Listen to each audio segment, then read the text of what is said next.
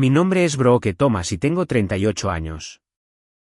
La última vez que me senté a la mesa de mis padres, me negué a darle a mi hermana otros $12.000. La habitación se quedó en silencio por medio segundo. Entonces mi madre me miró como si la acabara de abofetear y dijo: lo suficientemente alto para que todos la oyeran, te has vuelto inestable. La misma mujer que pasó 20 años llamándome la fuerte, la confiable. La hija que nunca le falló a la familia. Mi hermana ni siquiera intentó ocultar su sonrisa. Mi padre no dijo una palabra. Simplemente sacó su teléfono y bloqueó mi número mientras yo todavía estaba allí de pie. Mi madre se inclinó más cerca y pronunció la frase que pretendía ser una humillación final. Volverás arrastrándote de rodillas suplicándonos para Navidad. Llegó la Navidad. Nunca llamé. 6 meses después, llegó la carta certificada de su abogado. La primera página estaba escrita para intimidarme y que firmara. La segunda página me hizo sentarme de golpe en el suelo de la cocina y reír hasta que se me llenaron los ojos de lágrimas. Porque el documento que enviaron para quebrarme acababa de entregarme la prueba más silenciosa y limpia de que yo nunca había sido la que necesitaba suplicar. Me quedé en ese suelo un rato. El linóleo estaba frío a través de mi uniforme, y la carta yacía abierta en mi regazo. Y me permití sentir algo que no había sentido en un año. No era triunfo. Era algo más firme que eso. Algo como tierra firme. Encima de mí, en la encimera, había una carpeta azul que había guardado en el fondo de mi armario durante 13 años. La había llevado a la cocina esa mañana sin saber muy bien por qué. Ahora lo sabía. En mi línea de trabajo, inestable es una palabra real con un significado real. Describe a un paciente cuyos signos vitales están decayendo, cuyo ritmo no se mantiene.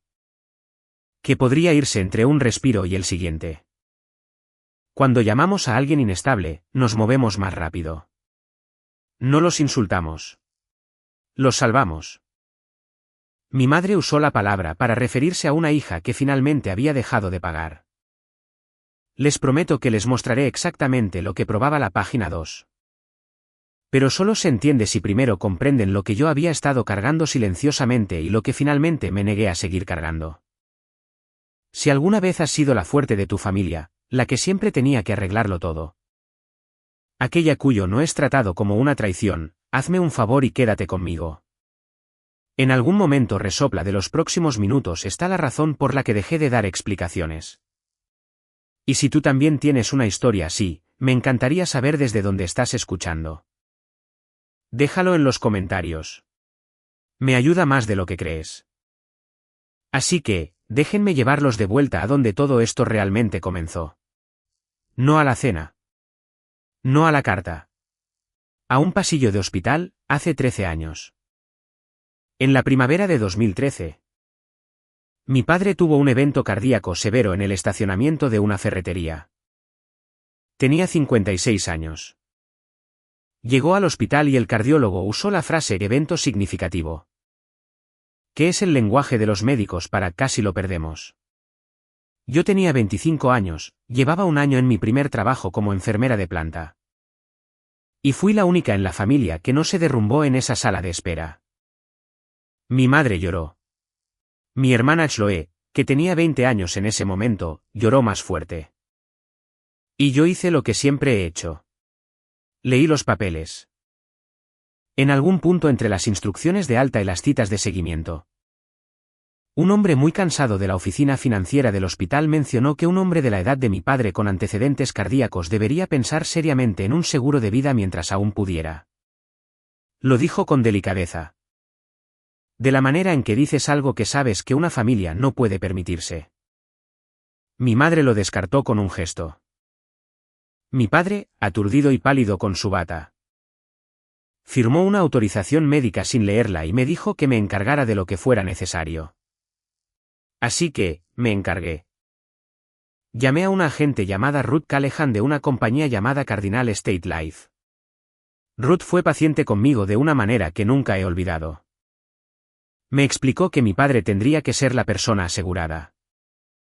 Necesitaría una entrevista telefónica, una revisión de expedientes, todo el proceso. Y que, debido a su corazón, la prima no sería pequeña. Pero también me explicó algo que no entendí completamente a los 25 años y cuyo peso no comprendería por mucho tiempo. Alguien tenía que ser el propietario de la póliza. El propietario la controla. El propietario la paga. El propietario decide a quién va el dinero. Mi padre era el asegurado, pero no se podía confiar en mi padre para un calendario de pagos. Y tampoco en mi madre. Y Chloe era una niña en el cuerpo de una mujer adulta. Así que, firmé como la propietaria. $300 al mes debitados automáticamente de mi cuenta el día 1 de cada mes durante el tiempo que fuera necesario. Mi padre firmó los papeles que tenía que firmar y nunca preguntó qué línea era cuál. Para él, era el seguro que obtuvimos después del susto. Para mi madre, era la póliza de tu padre. Con los años, la historia se fue suavizando en las cenas familiares hasta convertirse en una cosa simple y cómoda que todos creían. Papá se encargó. Papá tiene una póliza. Nadie preguntó nunca de quién era el nombre que estaba arriba. Yo no los corregí. Me dije a mí misma que no importaba. Me dije muchas cosas. Porque esto es lo que tienes que entender sobre ser la fuerte. No es un cumplido. Es una descripción del trabajo. Y la paga es que todos pueden dejar de preocuparse por ti. Empezó de joven. Yo era la hija que leía las facturas cuando mis padres peleaban por ellas. La que aprendió a forjar la calma a los 9 años porque alguien en la casa tenía que hacerlo. Chloe era la hija a la que protegías. Yo era la hija en la que te apoyabas. Nadie lo decidió a propósito. Simplemente se fraguó. Como se fragua el hormigón. Y para cuando fui adulta, era simplemente la forma de la familia. Invisible y de carga. No cuestionas el muro que sostiene el techo. Solo te das cuenta el día que decide detenerse. Durante los siguientes 11 años, pagué esa póliza sin faltar un solo mes. Y también hice otra cosa. Rescaté a mi hermana. La primera vez fue en 2016. Chloe estaba atrasada en el alquiler y a punto de ser desalojada. Y mi madre me llamó a las 2 de la mañana y envié $6.500 antes de que saliera el sol. La segunda vez fue un coche que necesitaba para un trabajo que perdió de todos modos. $4.200. La tercera vez, $3.800, fue un teléfono y un depósito y algo que nunca explicó del todo.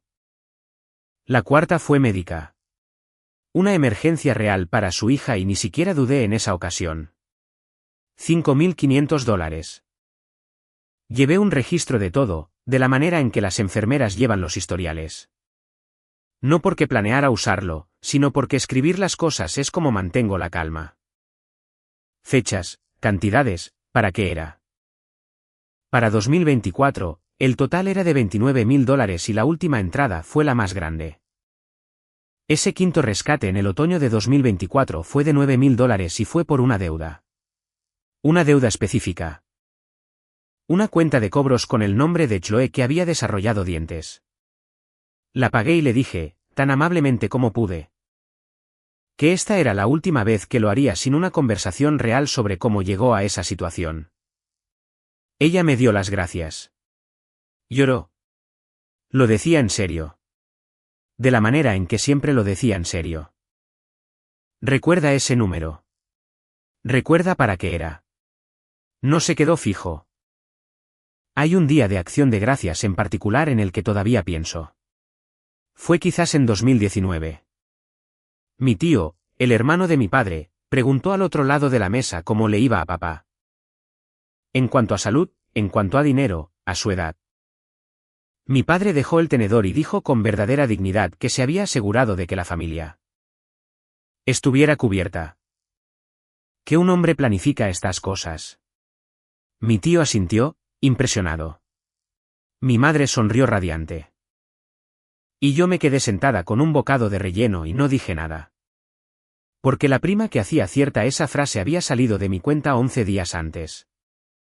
Y corregir la versión de los hechos habría convertido una cálida festividad en una escena sobre mí.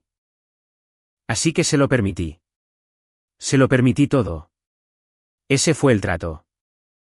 El que hice 100 veces sin llamarlo nunca un trato. Su comodidad por mi silencio. Su versión de los hechos por mi dinero.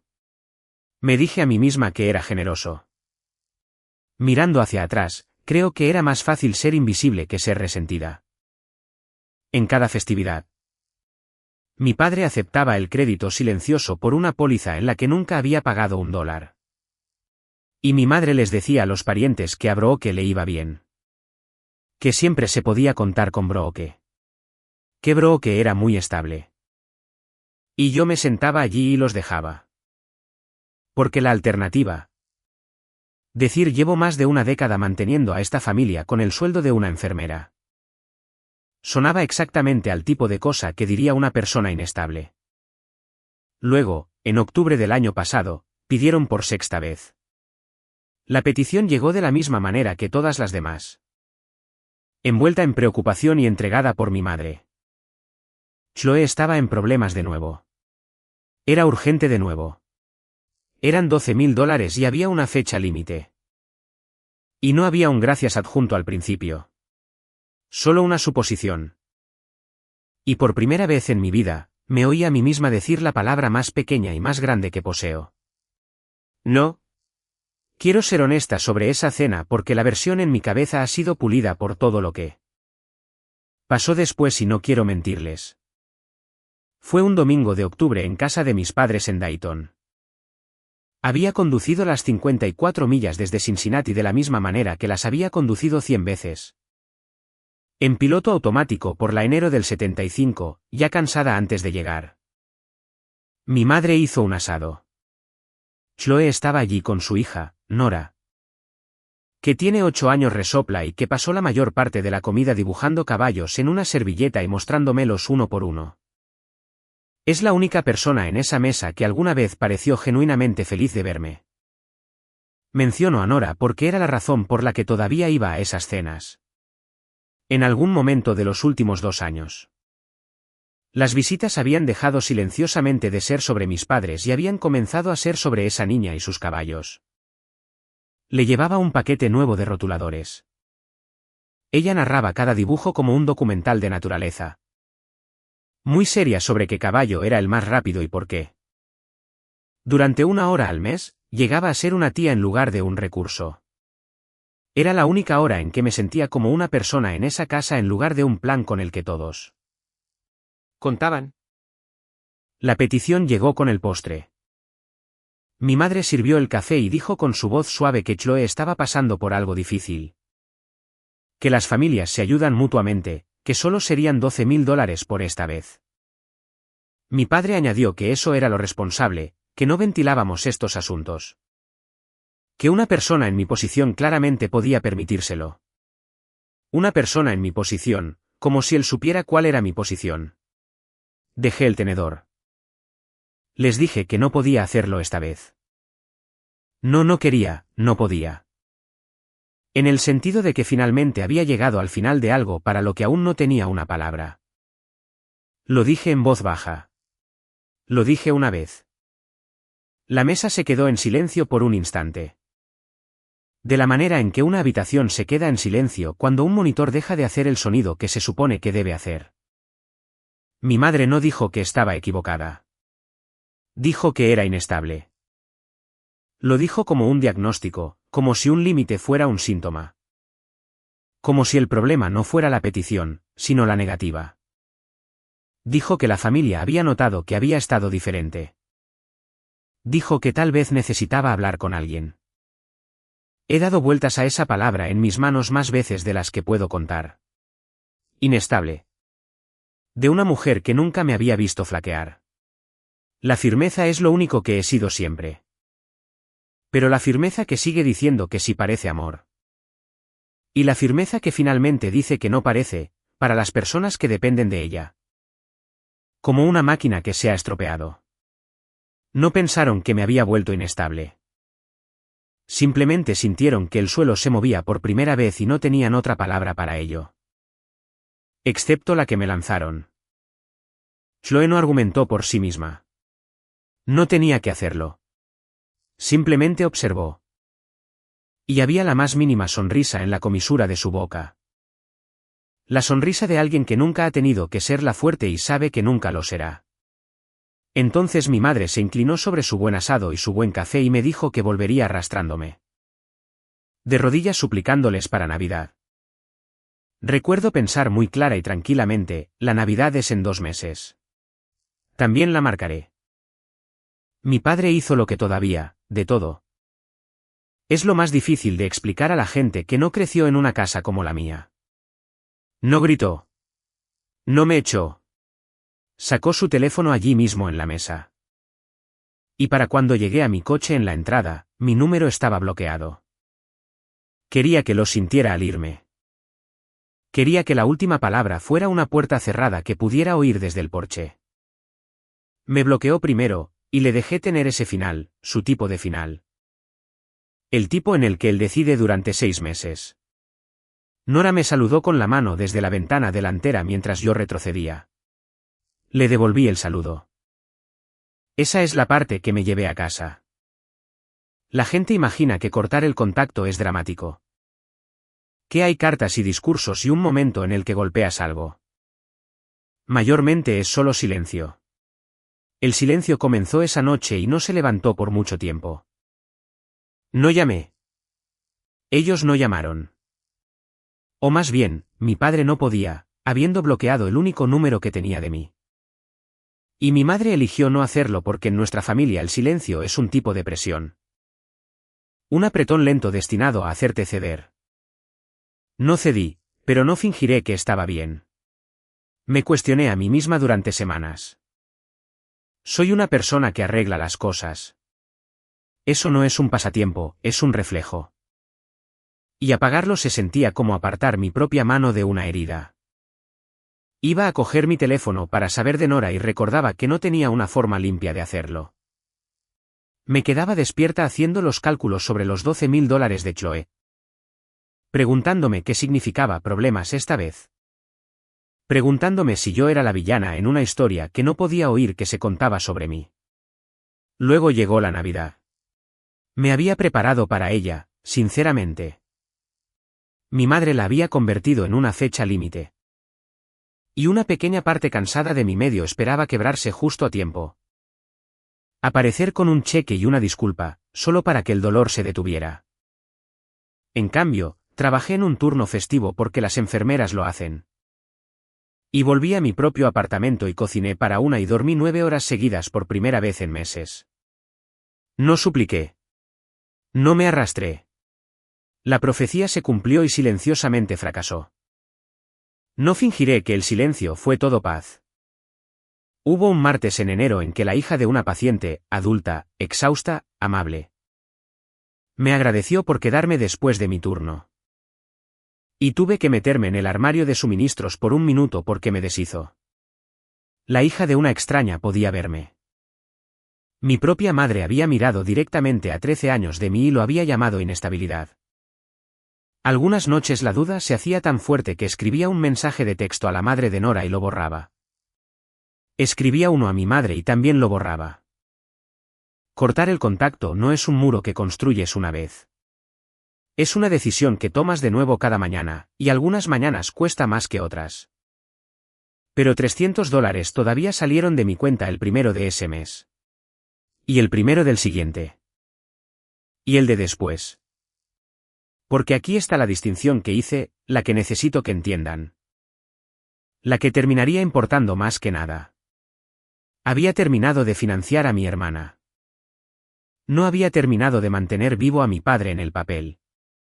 Esas son 2 cosas diferentes. Y el hecho de que todos en mi familia las trataran como si fueran lo mismo era todo el problema en una sola frase. Podía haber terminado con su derecho a todo y aún así no dejar que el seguro de vida de un hombre caducara porque había herido mis sentimientos.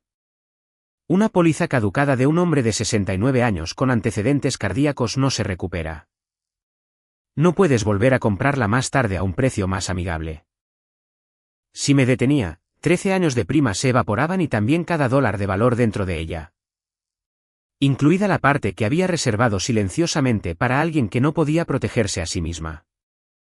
Así que seguí pagando en silencio por personas que habían bloqueado mi número. No se lo dije a nadie. No era un favor que estuviera cobrando. Era simplemente la forma de quien soy y había dejado de disculparme por ello. En febrero, mi teléfono sonó con un número que sí reconocí, Ruth Callahan de Cardinal State Life. Llamaba por una revisión de rutina, dijo, del tipo que hacen en las pólizas más antiguas. Luego, de la manera amigable y ajena de una mujer que hace su trabajo. Añadió algo que me dejó inmóvil en mi propia cocina. Su familia se puso en contacto con algunas preguntas sobre el valor de préstamo de la póliza. Dijo. Les dije que solo podía discutir los detalles con la propietaria, por supuesto. Pero quería asegurarme de que todo estuviera al día por su parte. No le había dicho nada a mi familia sobre la póliza en años. No sabían los números. No sabían el valor. Pero sabían que había una póliza. Siempre habían sabido eso. Y ahora, aparentemente, le estaban preguntando a una extraña qué podían sacar de ella. Le di las gracias a Ruth, colgué y me quedé allí con el teléfono caliente en la mano. Y por primera vez, sentí que el silencio cambiaba de temperatura. Ya no era paz. Era la pausa antes de algo. Estaban a punto de pedirle a un abogado algo que solo yo podía dar. La carta certificada llegó un martes a mediados de abril. Tienes que firmar para recibir el correo certificado. Ese es el punto. Está diseñado para demostrar más tarde que no puedes afirmar que nunca lo recibiste. El cartero me entregó una pequeña pantalla y un lápiz óptico. Y firmé por la misma carta que me pediría que firmara por algo mucho más grande. Y había una especie de simetría amarga en eso que no aprecié hasta después. La dirección del remitente era un bufete en Dayton, Whitaker Lab Group. No conocía el nombre. Puse el sobre en la encimera de mi cocina y lo dejé allí durante una hora entera mientras preparaba un té que no bebí. Porque soy una persona que lee los papeles con cuidado, y quería estar preparada. Cuando finalmente lo abrí, la página 1 hizo exactamente para lo que fue diseñada. Estaba escrita para asustarme. Usaba la palabra exigir más de una vez y la palabra padre exactamente una vez. Me informaba que mis padres requerían mi cooperación con respecto a una póliza de seguro de vida familiar destinada a cubrir las necesidades médicas continuas del señor Thomas. Que un préstamo contra el valor de la póliza era necesario y urgente. Y que mi firma era requerida para autorizarlo. Me daba 30 días. Sugería, en el lenguaje plano que usan los abogados para hacer que la presión suene a procedimiento. Que mi continua negativa a participar de buena fe estaba creando dificultades para un hombre enfermo. Necesidades médicas, dificultades, un hombre enfermo. Era una buena carta si el objetivo era la culpa. Leí la página 1 2 veces. No porque me confundiera. No lo hizo. Sino porque aprendí hace mucho tiempo que la primera lectura de cualquier cosa es emocional y la segunda lectura es la verdadera. En la segunda pasada, noté lo que la carta se cuidaba de no decir nunca. Nunca nombraba un hospital. Nunca nombraba a un médico, un procedimiento, una factura, una fecha. Resopla hacía un gesto hacia las necesidades médicas. De la manera en que haces un gesto hacia algo que esperas que nadie te pida que señales. Una emergencia médica real llega con papeles adjuntos. Esta llegó con adjetivos. Luego pasé a la página 2. La página 2 no era una carta.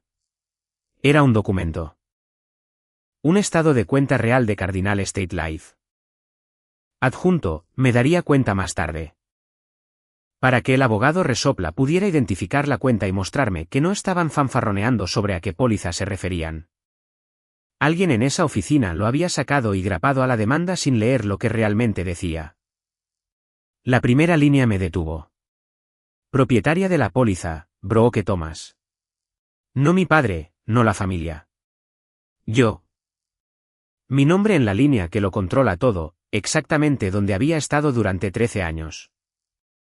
Y exactamente donde cada persona en ese comedor de Dayton había olvidado que estaba. Y esa fue la sorpresa más pequeña de la página. 2 líneas más abajo estaba la beneficiaria. En la versión de nuestra familia, si alguien se hubiera molestado en imaginarlo. El dinero iría a mi madre. Así es como se supone que funcionan estas cosas. Esa es la versión sobre la que habían construido toda su solicitud. El estado de cuenta decía otra cosa.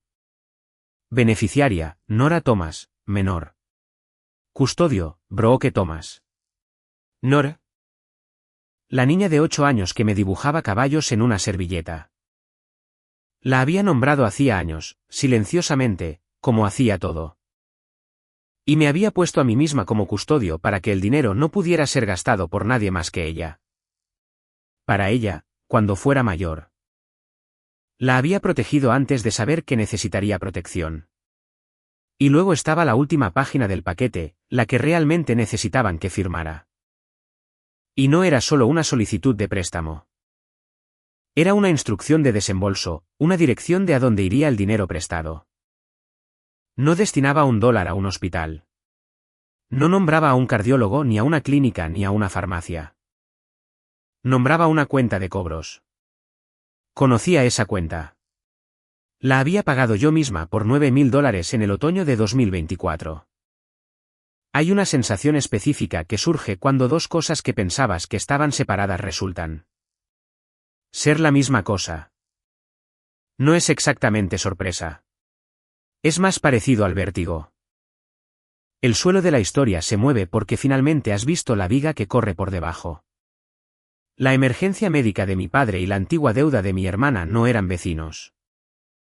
Eran la misma habitación. Y yo había estado de pie en ella todo el tiempo con las luces apagadas. Me senté, no con gracia. Mis rodillas simplemente decidieron y terminé en el suelo de la cocina con la espalda contra los armarios. Y me reí hasta que se me llenaron los ojos de lágrimas. Quiero ser clara sobre esa risa porque no fue cruel y no fue una burla. Fueron 13 años de presión encontrando la grieta más pequeña y saliendo a borbotones de una vez. Me habían llamado inestable. Habían anunciado a una mesa llena que no me necesitaban. Mi propio padre me había bloqueado primero para asegurarse de que entendiera que era yo la que estaba siendo apartada. Y luego me habían enviado por correo certificado, firmado, imposible de negar. El único documento que probaba que no podían mover un solo dólar sin mí. Que la emergencia médica era la antigua deuda de mi hermana. Crecida y vestida con una bata de hospital. Que el dinero que estaban buscando tenía el nombre de una niña. Que todo el tiempo que me estuvieron enseñando que yo era el eslabón débil. Yo había sido lo único que mantenía unida la cadena. Me habían enviado la prueba de que cada palabra que habían dicho sobre mí era una mentira. He pensado mucho en por qué salió como risa y no como lágrimas. Creo que las lágrimas habrían significado que todavía dolía de la manera antigua. Que una parte de mí todavía esperaba que se convirtieran en las personas que había necesitado. La risa significaba que esa parte finalmente se había soltado. No puedes ser herido por un veredicto que has dejado de respetar. Habían pasado un año diciéndole a toda una sala de parientes que yo era el problema. Y luego me habían enviado por correo la única prueba que limpiaba mi nombre. Y la pura y torpe ironía de ello rompió algo suelto en mi pecho que había estado apretado durante 13 años. Dejé de reír finalmente. Luego hice lo que siempre hago. Verifiqué.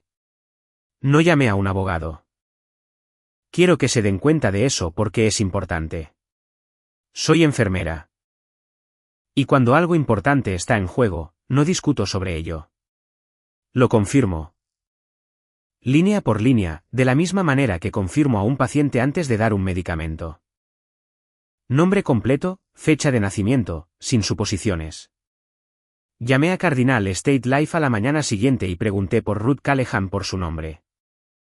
Le di mi información y le dije que necesitaba revisar la póliza como la propietaria. Hubo una pausa mientras ella buscaba el archivo. Y luego una pausa más larga.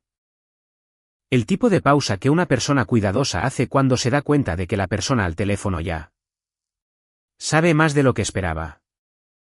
Usted es la propietaria registrada, confirmó. Lo ha sido desde 2013. Le pedí que me explicara el historial de pagos. ¿Lo hizo? Resopla 156 pagos, dijo. Todos y cada uno de ellos a tiempo.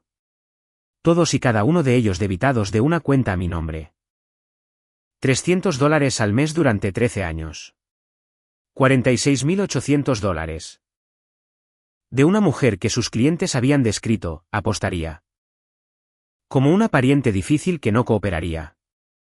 13 años de pruebas que habían olvidado que existían. No sé por qué el número de pagos me impactó más que la cantidad en dólares, pero lo hizo. 156.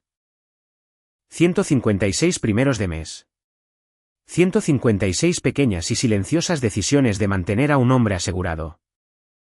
La mayoría de ellas tomadas en días en que no me hablaba. Algunas de ellas tomadas después de que bloqueara mi número. Cada una se había sentido como nada en ese momento. Solo una línea en un extracto bancario. Un retiro que apenas notaba. Apiladas y leídas por una extraña, sonaban exactamente como lo que eran. Una década de amor que nadie había pedido y por la que nadie me había agradecido.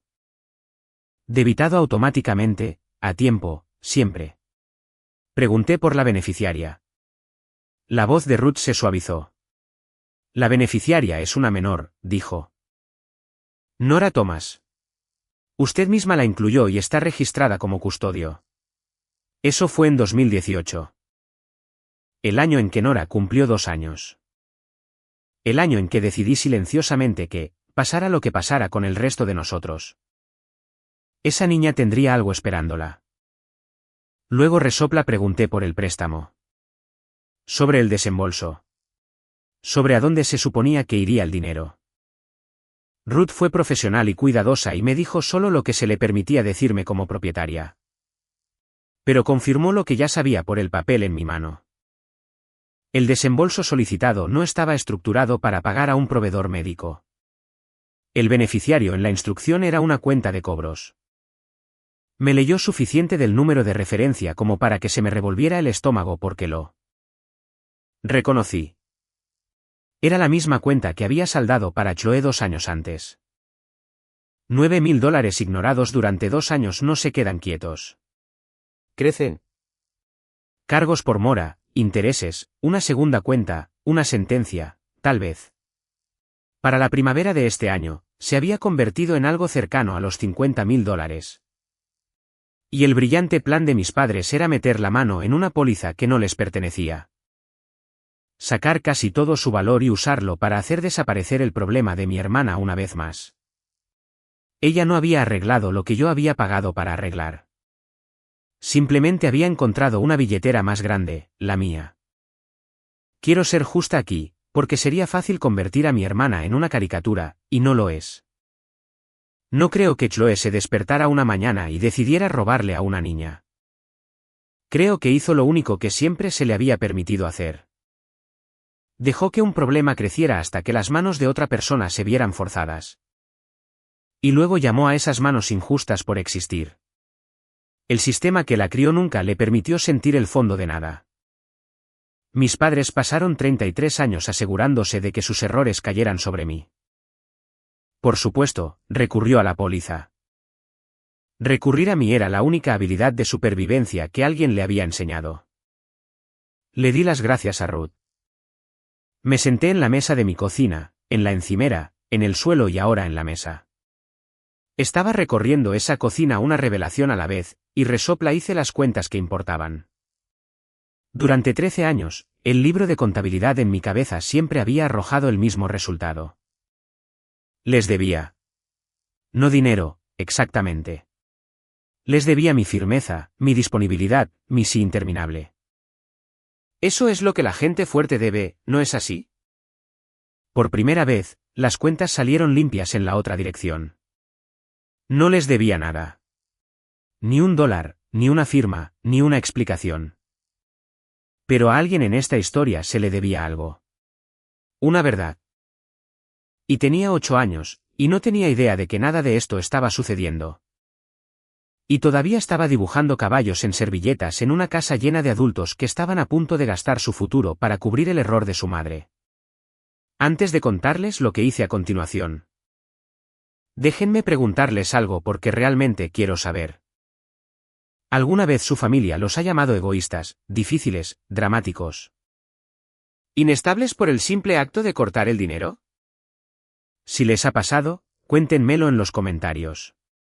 Los leo. Y creo que ya saben que en realidad no se trataba del dinero en absoluto. Se enteraron de que había leído la carta, y las tácticas cambiaron de la noche a la mañana. La primera llamada fue de mi madre. Mi padre, recuerden, me había bloqueado, así que no podía contactarme ni siquiera ahora. Lo cual es su propio pequeño poema. Pero mi madre nunca había bloqueado a nadie en su vida porque bloquear a la gente te quita la capacidad de seguir trabajando en ellos. De repente, volví a ser cariño. De repente, la palabra inestable nunca se había pronunciado en ninguna mesa. Su voz en el correo de voz era cálida y preocupada y llena de familia. Y dijo que todos nos habíamos dejado llevar, y que me extrañaba. Y que deberíamos dejar atrás lo feo y hablar como adultos. La calidez de mi madre siempre ha tenido una etiqueta de precio grapada. Solo que antes la pagaba sin mirar. La llamé de vuelta porque no soy una cobarde, y porque una parte de mí. La parte que había esperado 20 años para ser vista correctamente. Todavía quería oírla decir que entendía. No lo hizo. Lo que hizo fue pivotar hacia Nora. Hazlo por Nora, dijo. Si resopla te importa esa niña como dices que te importa, ayudarás a su madre a recuperarse. Quiero que se sienten a pensar en cómo me sentó eso. Me estaba pidiendo que vaciara la cuenta que había creado para Nora, a nombre de Nora.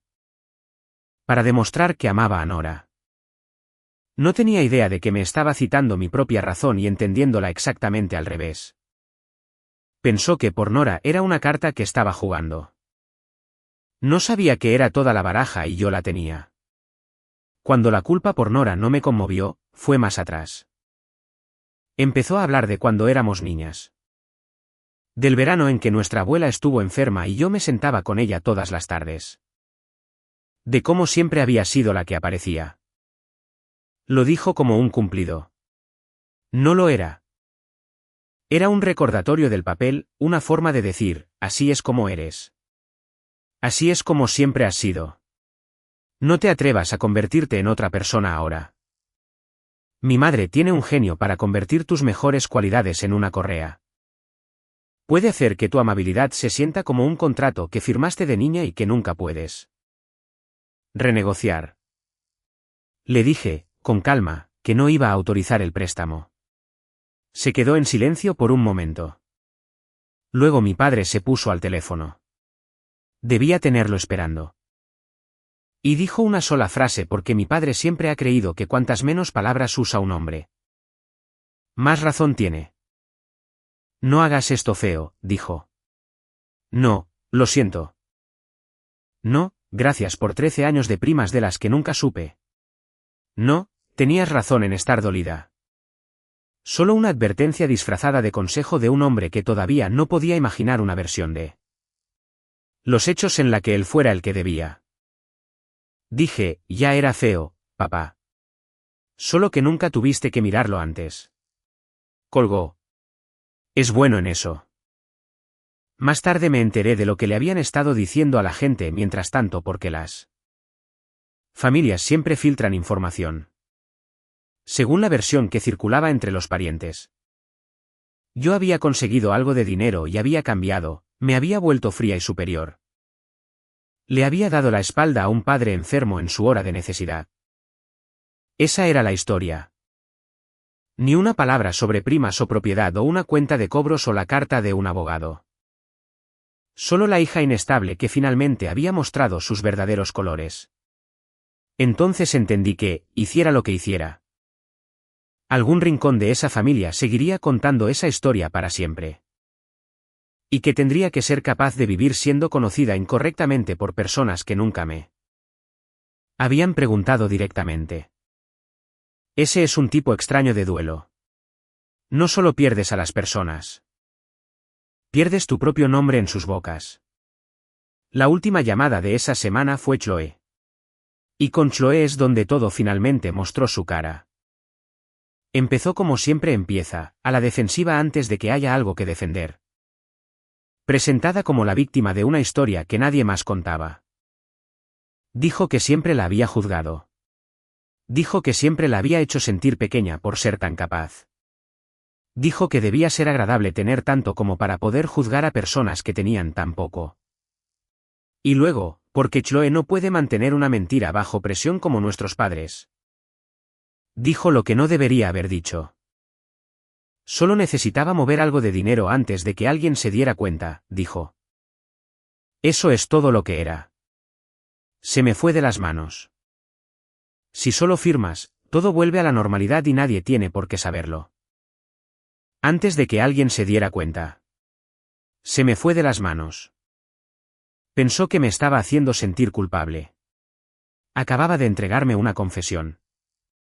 No la usé en su contra. No grité. Le hice una pregunta, con delicadeza, porque todavía la amaba. De la manera complicada en que amas a una persona que nunca ha tenido que crecer. Pregunté, ¿sabe Nora algo de lo que está pasando? Hubo un silencio en la línea, y en ese silencio estaban todas las respuestas que necesitaba. Me gustaría decirles que la elección fue fácil después de eso. No lo fue. La parte más difícil aún estaba por llegar, y vino de una dirección que no esperaba. Vino de una amiga. Meredith Cain es una enfermera con la que he trabajado durante 9 años. Y es la persona a la que llamo cuando necesito a alguien que no flaquee. Le conté todo, los 13 años completos. Tomando un café en la cafetería del hospital al final de un turno. Escuchó como escuchan las buenas enfermeras, sin interrumpir. Y cuando terminé, dijo lo que no me había permitido decir en voz alta. Sabes que no tienes que luchar contra ellos en absoluto. ¿Verdad? Dijo. Tú eres la propietaria. Podrías cancelar la póliza mañana. Tomar el valor en efectivo tú misma. $52.000. Broke. Vete, bloquéalos de vuelta y no vuelvas a ver a ninguno de ellos. Deja que le expliquen a su abogado porque la cuenta está vacía. Por un largo segundo, quise hacerlo. Meredith no se equivocaba en que era limpio. Esa era su seducción, lo limpio que era. Sin confrontación, sin un viaje de 54 millas. Sin sentarme frente a una mesa con mi padre mientras él decidía, una vez más. Que no merecía un gracias. Solo un formulario, una llamada telefónica y una cuenta vacía donde antes estaba su plan. Una venganza que no me pedía nada más que una firma que realmente se me permitía hacer. Para una mujer que había pasado 13 años haciendo lo difícil e invisible. Lo fácil y visible tenía una atracción que no había previsto. Quiero ser honesta sobre eso, porque creo que el deseo es importante. $52.000 es dinero real para una enfermera, y la imagen que pintó era tan limpia. Yo finalmente tomando algo por una vez, cerrando la puerta a todo. Dejándoles sentir por una sola tarde lo que es buscar ayuda y no encontrar nada. Después de 13 años de entregarme a personas que me llamaron inestable por detenerme. La idea de simplemente tomar el botín y marcharme era casi vertiginosa.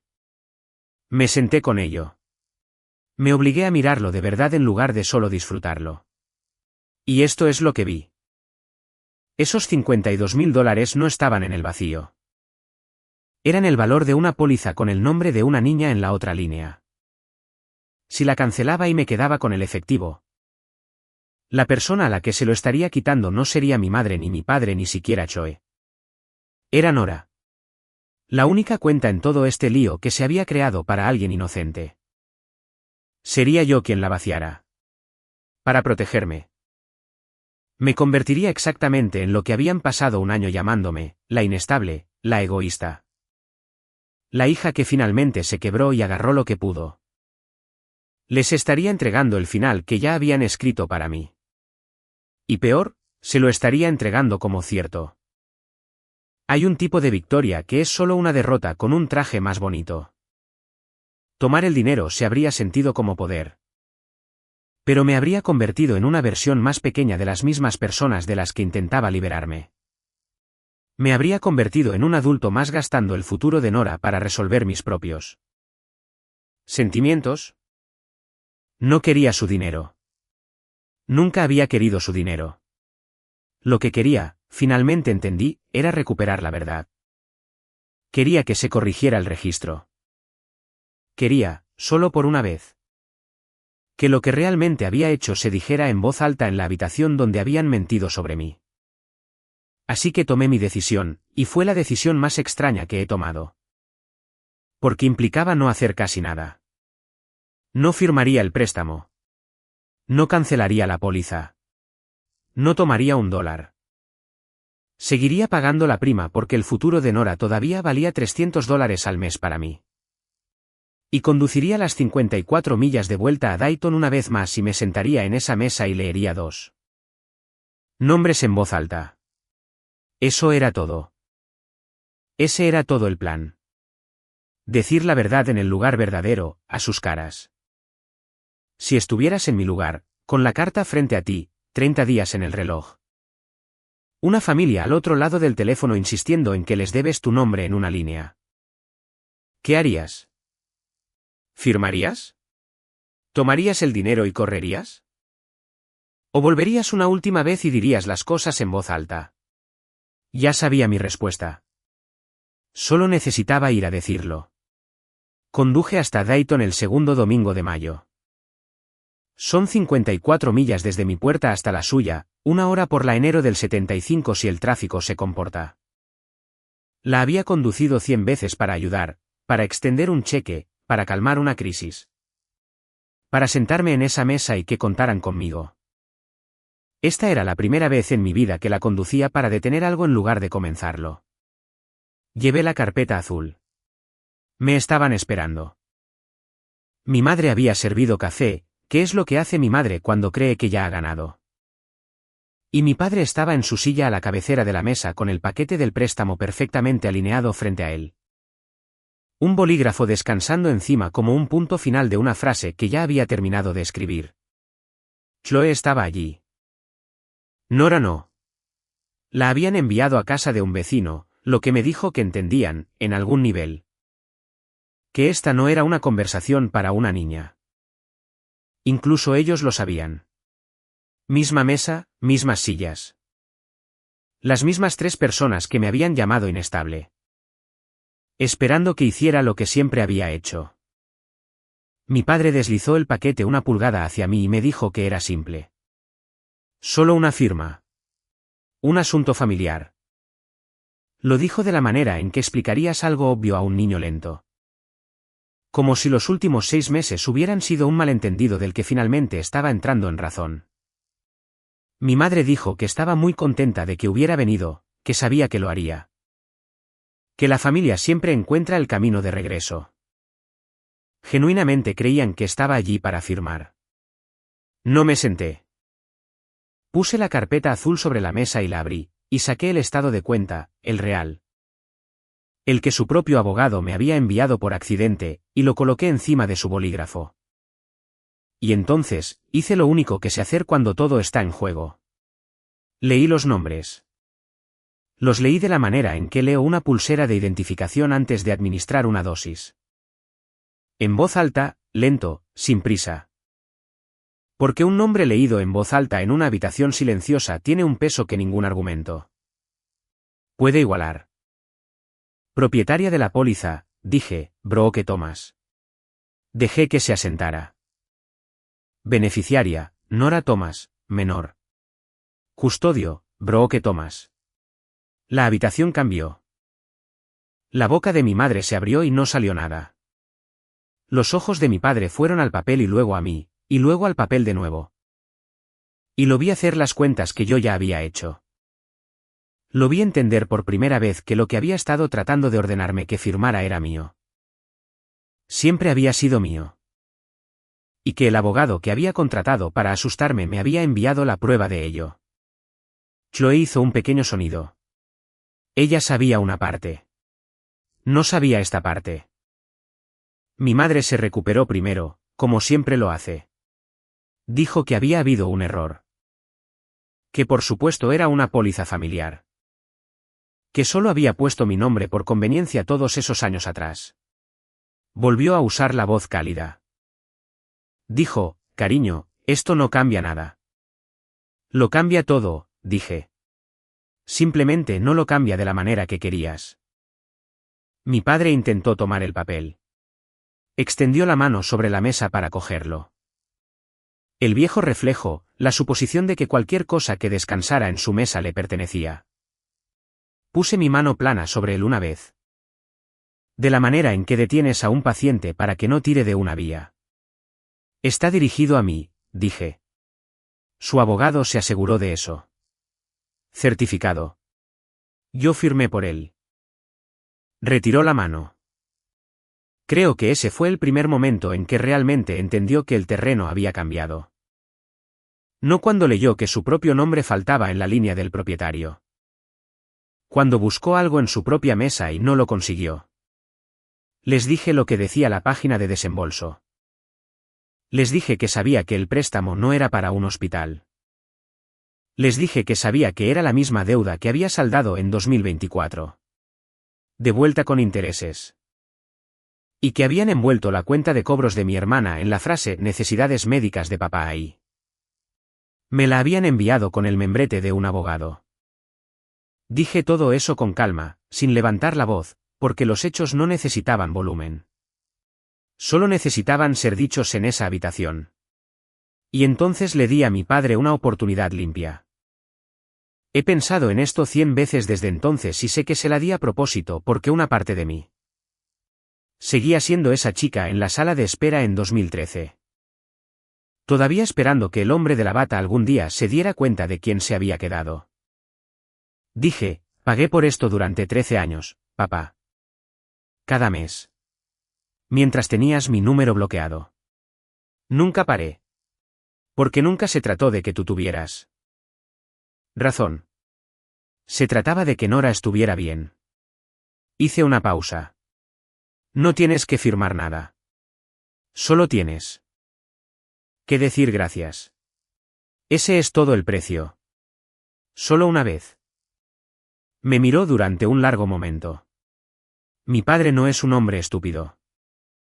Entendió exactamente lo que le estaba ofreciendo y exactamente lo poco que le costaría y exactamente lo mucho que me daría. Y eligió la otra cosa. Siempre elige la otra cosa. Siempre pensaste que eras mejor que nosotros, dijo. Esa fue su respuesta. No un gracias. No un lo siento. Ni siquiera una pelea que valiera la pena. Solo el táctica más antigua de la casa. La que había funcionado conmigo toda mi vida. La acusación de que preocuparse por la verdad es lo mismo que menospreciar a las personas que mienten sobre ella. Por primera vez, no funcionó. Recogí el estado de cuenta de encima de su bolígrafo. Cerré la carpeta azul. Y dije la única frase que había conducido 54 millas para decir. No voy a firmar y el futuro de Nora no es suyo para pedirlo prestado. Chloe me siguió fuera. Medio esperaba otra demanda o la vieja acusación. Pero simplemente se quedó en la entrada con los brazos cruzados contra el frío. Y dijo lo único honesto que logró decir en todo el día, no sabía que todavía lo estabas pagando. Dijo. Después de que papá te bloqueara. No lo sabía. Le dije que sabía que no lo sabía. Luego le pedí que hiciera una cosa. No por mí. Por Nora. Le pedí que dejara esa cuenta en paz para siempre. No importaba lo mal que estuvieran las cosas. Miró al suelo durante un largo momento. Luego asintió. No fue una disculpa. Y no fue una transformación. Fue una mujer tomando una pequeña decisión correcta en una entrada de coches. Lo cual fue más de lo que esperaba y menos de lo que una vez soñé. Y decidí que fuera suficiente por ese día. Luego, Dejé el bolígrafo donde lo había encontrado, todavía con la tapa puesta, y me fui. Conduje a casa más ligera de lo que había estado en 13 años. Nada explotó. Creo que eso es lo que más me sorprendió. No hubo demanda porque no había nada por lo que demandar. No puedes obligar al propietario de una póliza a tomar un préstamo contra ella. Whitaker Lab Group, quienquiera que sea. Había enviado una carta construida enteramente sobre la suposición de que yo era una pariente difícil que se interponía en el camino de un plan familiar. Y en el momento en que su propio documento adjunto demostró que yo era la propietaria, todo se disolvió. Una demanda solo tiene poder si la persona que la recibe realmente debe algo. Yo no debía. Nunca lo había hecho. El préstamo simplemente no podía suceder. No colapsó dramáticamente. Simplemente dejó de existir silenciosamente. De la manera en que un plan lo hace cuando finalmente miras el suelo sobre el que se sostenía y descubres que nunca hubo suelo en absoluto. En algún lugar de Dayton. Mis padres tuvieron que llamar a un abogado y explicarle que el dinero que se habían prometido estaba vinculado a una persona a la que habían pasado un año insultando. Y esa persona había dicho que no, y no había nada más que hacer. Me enteré del resto de segunda mano, semanas después. De la manera en que te enteras de una casa en la que solías vivir. Whitaker, el abogado. Aparentemente les había enviado a mis padres una carta mucho más corta que la que me había enviado a mí. Del tipo que un profesional escribe cuando se da cuenta de que sus clientes le entregaron una historia que los documentos no respaldan. No habría préstamo. No había base para uno. Lo habían contratado para presionar al propietario de una póliza. Y el propietario había resultado ser la hija difícil que había estado pagándola en silencio durante 13 años con todo el derecho legal a negarse. No imagino que esa conversación fuera agradable para nadie en esa mesa. Descubrí que no necesitaba que lo fuera. Nunca los necesité arruinados. Solo los necesité detenidos. Lo que sucedió en cambio fue el silencio. Silencio real esta vez. Del tipo que significa algo. Mi madre dejó de llamar. Mi padre, por supuesto, me había bloqueado hacía meses. Así que, simplemente continuó teniéndome bloqueada. Lo cual es lo más cerca que ese hombre estará jamás de la consistencia. La calidez se evaporó en el instante en que dejó de ser útil. Lo que me dijo todo sobre lo que siempre había sido. Sentí la pérdida de ellos. No fingiré que no lo hice. Ahí resopla un duelo específico en tener finalmente. Completamente la razón sobre personas de las que pasaste toda tu vida esperando estar equivocado. Tener la razón me costó una madre y un padre y el trabajo de toda una vida de ser necesitada. Me costó la fantasía. Y no me había dado cuenta de cuánto había estado viviendo dentro de ella. Que si solo cargaba con lo suficiente, un día ellos me quitarían el peso y dirían, ahora te veo. Nunca lo iban a decir. La carta también lo demostró, a su manera. Chloe fue la que me sorprendió. Unas semanas después de Dayton, me envió un mensaje de texto. Sin ninguna petición adjunta. Lo cual fue su propio pequeño milagro. En 33 años. No estoy segura de que Chloe me hubiera enviado alguna vez un mensaje que no estuviera encaminado a una petición. Eran 3 palabras. La protegiste. Eso es todo lo que decía. La protegiste. No nos arregló. No borró la sonrisa en la mesa ni los años de salirse con la suya en todo. Pero fue lo más verdadero que me había enviado nunca. Y creo que, por primera vez, entendió que la persona a la que había sido criada para resentir había sido la que silenciosamente se interponía entre su hija y los escombros. Le respondí con una línea. Le dije que la cuenta de Nora estaba a salvo, que siempre estaría a salvo. Y que si alguna vez quería ayuda que no fuera dinero, ayuda real, del tipo con un límite y un plan. Yo estaba localizable. No para las deudas. Para ella. Si alguna vez decidía convertirse en alguien con quien su hija pudiera contar de la manera que esa niña merecía. Todavía no ha aceptado mi oferta. Podría no hacerlo. El cambio en Chloe, si es que llega, será pequeño y lento e imperfecto. Y he hecho las paces con el hecho de que no lo controlo. Tener la razón me costó casi a todos. Aún así, fue lo más barato que he pagado. Es finales de mayo ahora, y quiero hablarles de la carpeta.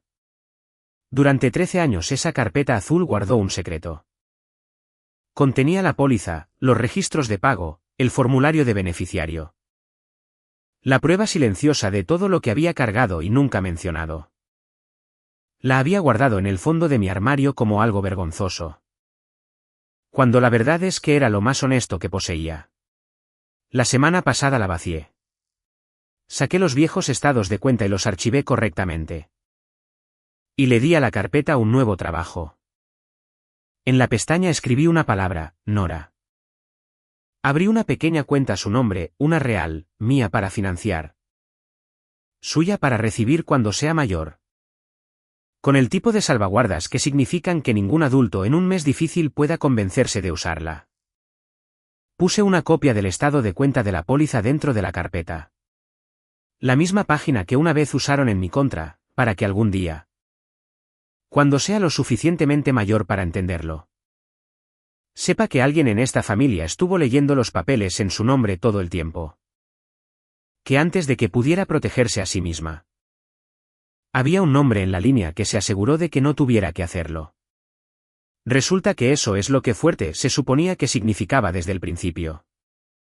No la que nunca dice no, sino la que sabe exactamente a qué decir que sí. Todavía pago los $300 el día 1 de cada mes. Probablemente siempre lo haré. Mi padre tiene 69 años y su corazón sigue siendo su corazón. Y cuando llegue el día en que la póliza haga lo que hacen las pólizas, el dinero no irá a las personas que intentaron gastarlo antes de tiempo. Irá a donde lo puse, años antes de que a ninguno de ellos se le ocurriera mirar. Veo a Nora a veces en terreno neutral, en un parque a medio camino entre nuestras dos ciudades. Chloe la trae y las dos somos cuidadosas y silenciosas la una con la otra de una manera que es casi su propio tipo de respeto. Nora no sabe nada de esto. Ni la carta, ni la cuenta, ni la palabra que su abuela usó sobre mí. Para ella, solo soy la tía que aparece con rotuladores y se toma en serio los dibujos de caballos. La última vez me informó que el caballo gris ya estaba retirado y tenía un trabajo enseñando a los caballos más jóvenes y le dije que eso sonaba como el trabajo más importante de todos y lo dije más en serio de lo que ella podría entender. Todavía me dibuja caballos. Los guardo todos en el frente de una carpeta azul donde van los papeles importantes. Mi familia me entregó una palabra este año, inestable. La usaron como mi fin. La he cambiado por una más silenciosa y es la palabra que estuvo en la línea superior todo el tiempo. Propietaria. De mis decisiones, de mi nombre, de la línea que finalmente mantuve. Así que déjenme dejarlos con la única pregunta que importa. La que tuve que responder en una mesa de cocina con un bolígrafo que no quise coger. ¿Alguna vez han llamado egoísta a tu límite? ¿Alguna vez tú no has sido tratado como si estuvieras destrozando a la familia cuando todo lo que hacías era negarte a seguir pagando por una historia que nunca fue verdad? Si es así, espero que me cuentes cómo lo mantuviste. Porque las personas que te llaman inestable por detenerte casi nunca son las que alguna vez sostuvieron algo. Esta historia es completamente ficticia y está destinada únicamente para fines de entretenimiento y educativos.